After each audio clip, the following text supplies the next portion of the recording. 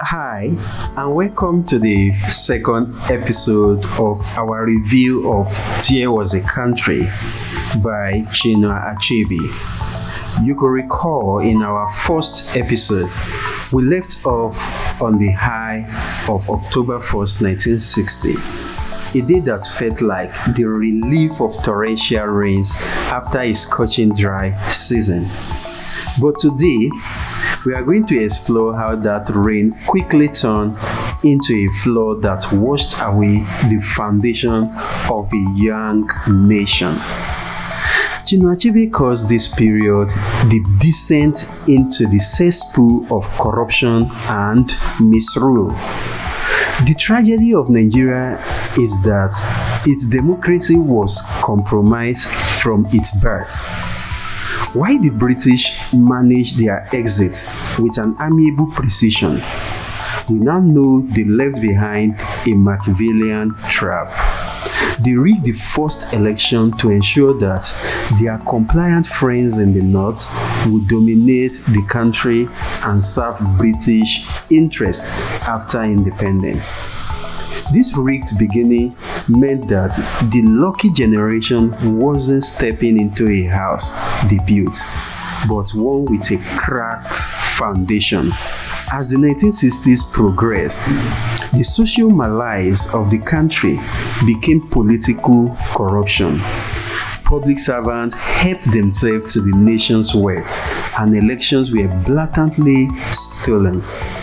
This era reminds me of the warnings of Frantz Fanon, who spoke about the pitfall of national consciousness, where a new ruling class simply replaces the old masters without changing the system.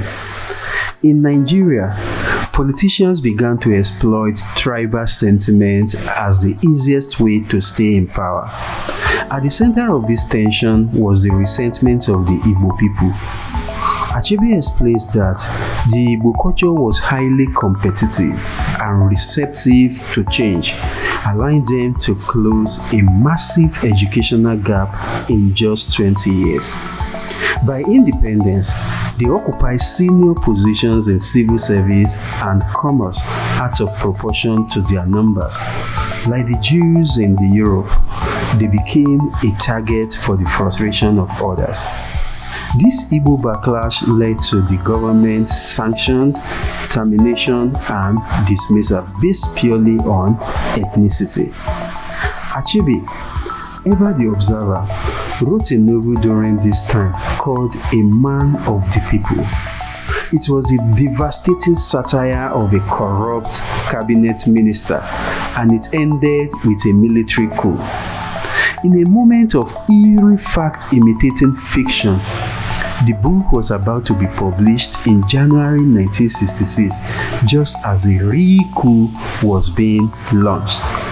His friend J.P. Clark even called him a prophet because the events in the book were coming true in real time. The January 15, 1966 coup was led by a group of junior officers, primarily Igbo, who claimed they wanted to end bribery and corruption. Though it was initially met with spontaneous jubilation, the narrative quickly shifted into a story of sinister plots by the Igbo to seize control. This led to a horrific counter-coup in July 1966, where northern officers murdered the new head of state, Aguiyi Ironsi. What followed was what the Observer first described as a pogrom. 30,000 Igbo civilian men, women, and children were slaughtered in the north. This wasn't just a riot, it was a premeditated plan implemented while the federal government sat by and watched. For Achebe, this was a personal breaking point. Soldiers arrived at his office, drunk and menacing, wanting to know which was more powerful, their guns or my pen, in quotes. He was forced to flee Lagos, realization dawning on him that he had not been living in his home, but in a strange place where his life was no longer secure. We are going to end this episode with Achebe and millions of others crossing the River Niger, heading home to the east. This collective trauma transformed him from a national writer into a protest writer. As we will see in the next episode, this mass exodus was the final step towards the birth of a new, defiant nation, the Republic of Biafra. I remain your host, Osho Abiodun. Don't forget to join me in the third episode as we continue to explore There Was a Country by Chinua Achebe.